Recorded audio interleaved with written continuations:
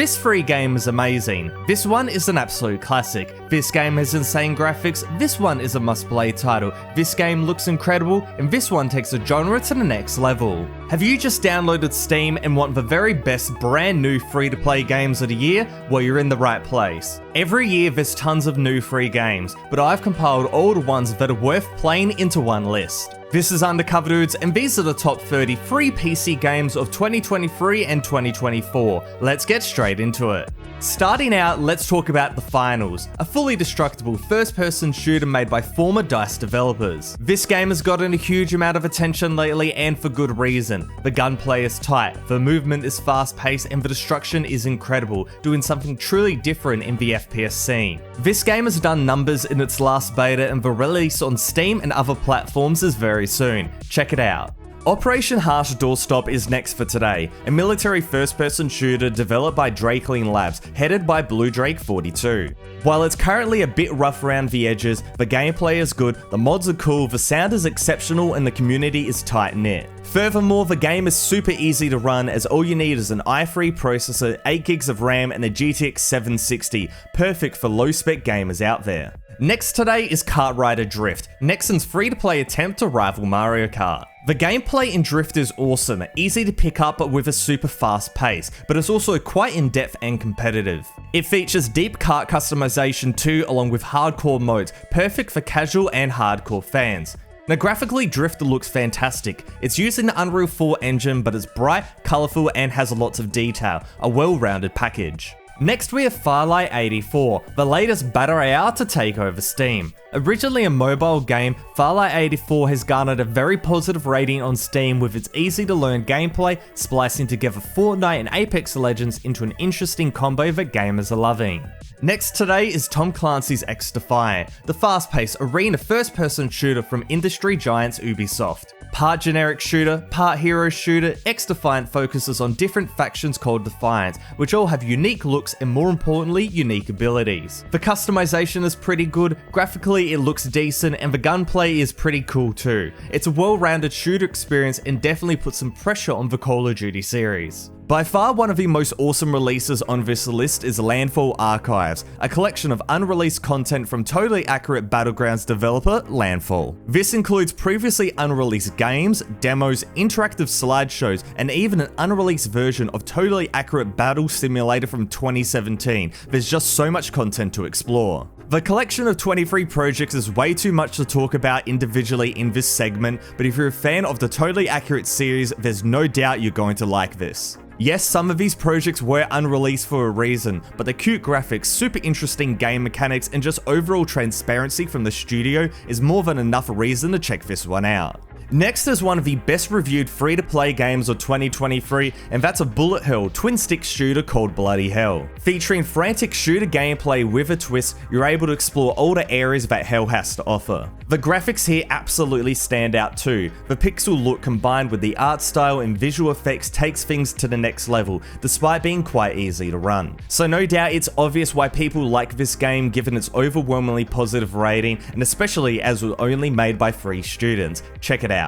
A game that is getting a lot of traction right now is Polygon, a free-to-play low-poly first-person shooter. This game visually looks a lot like an upscaled Krunker.io, but the gameplay is more hardcore like Battlefield with its huge maps and large-scale fights with up to 32 players. Weapons are customizable to your liking, and there are a lot of weapons to choose from, which is great. Now the visuals are the thing that really separates this game, but it also means it's quite easy to run, with only an i3 processor and a GTX 460 being required. Lots of positive reviews on Steam, highly underrated game, check it out. A new take on the competitive card game is Duelist II, a game based on beautifully animated pixel art cards led by Blizzard Entertainment's former lead producer. Using the turn-based combat style, you position your units, with the goal being to destroy the general. The graphics and art, from the actual gameplay to the cards themselves, look awesome, and really take this game to the next level, worth checking out for card game or strategy fans. Next up today is Aega Strikers, a free-to-play, free versus vs. free game that bleeds the line between Rocket League, League of Legends, and strategy games. In this game, you use attacks and abilities from a variety of different characters known as strikers to beat your opponents,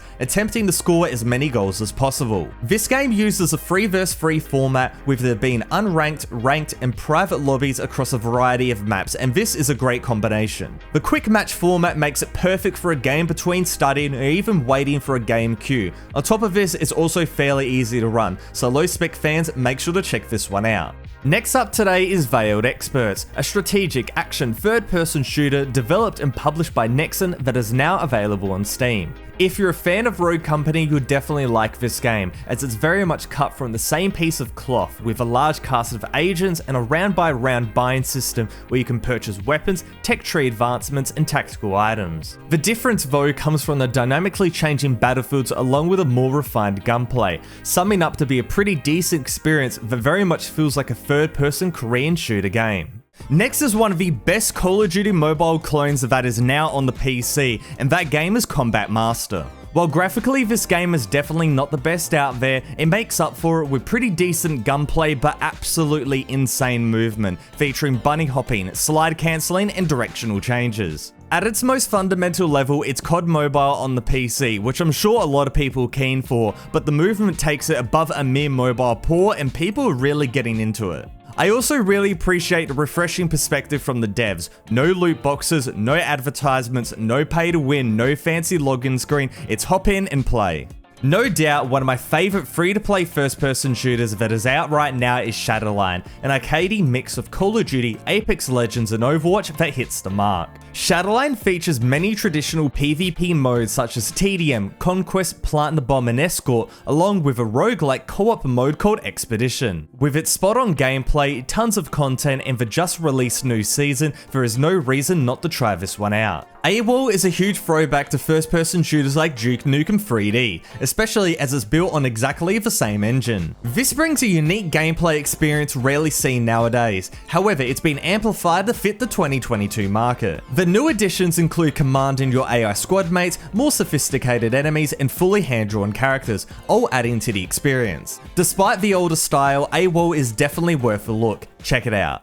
Next we have Team Fortress 2, the classic multiplayer FPS that has now hit a brand new concurrent player record thanks to the launch of a new major content update. 16 years after release and years since a true content update, TF2 was graced with new taunts, effects, and cases, but most importantly, 14 new community maps. This resulted in a huge player base spike, hitting 253,000 players concurrently, and while things have died off a little bit, TF2 is still hitting 100,000 players daily. On top of this, a few weeks ago, a new update dropped allowing up to 100 people to join a single match. It's a lot of new stuff, a lot of craziness, but overall super good for this classic game.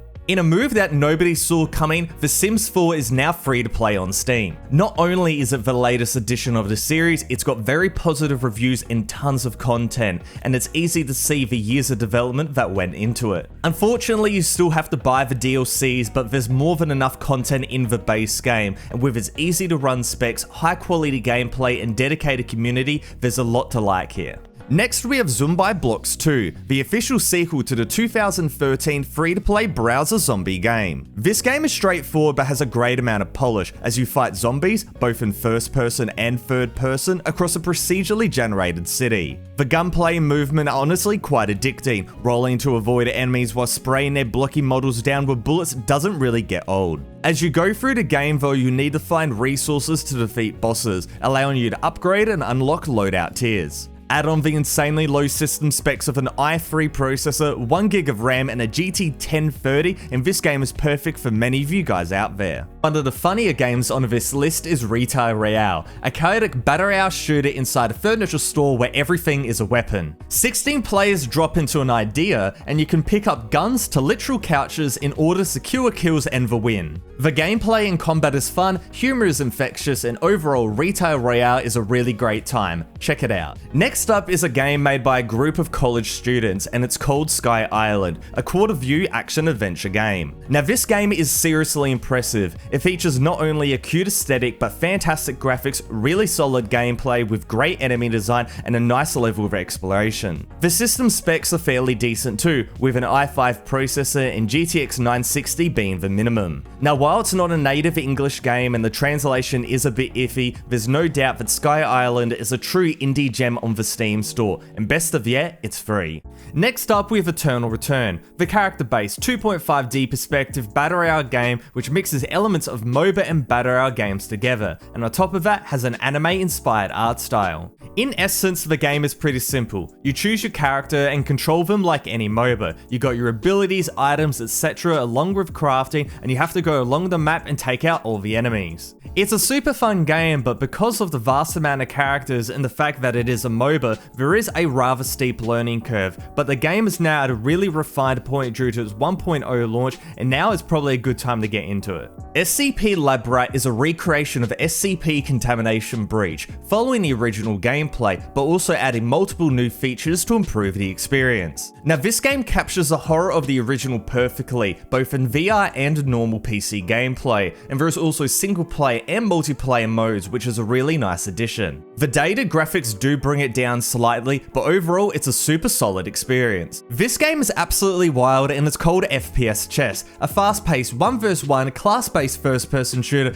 where the actual chess takes a back seat. You start by playing a normal game of chess, however taking out the pieces comes down to a shooter-based 1v1 battle, where the most important pieces have the advantage. It's wild and unpredictable, but incredibly unique, perfect for fans who want something a little bit different. Given this game is student made, I'm really impressed. It might not be the most optimized, but it's up there for fun. Caliber, the team-based tactical third-person shooter that is now available on Steam. Previously released to an underwhelming response, Caliber has completely reworked their unlock and monetization systems that put the focus on fun, featuring their more than 60 operators with unique abilities and movement. The gameplay is still as good as always though, throwing back to Ghost Recon with snappy gunplay and a more tactical angle than its competitors like Rogue Company. All of this culminates into a fantastic shooter experience, well deserving of the very positive rating on Steam. Marvel Snap is the next generation of online card games, changing up by not only scratching the Hearthstone and Legends of Runeterra itch,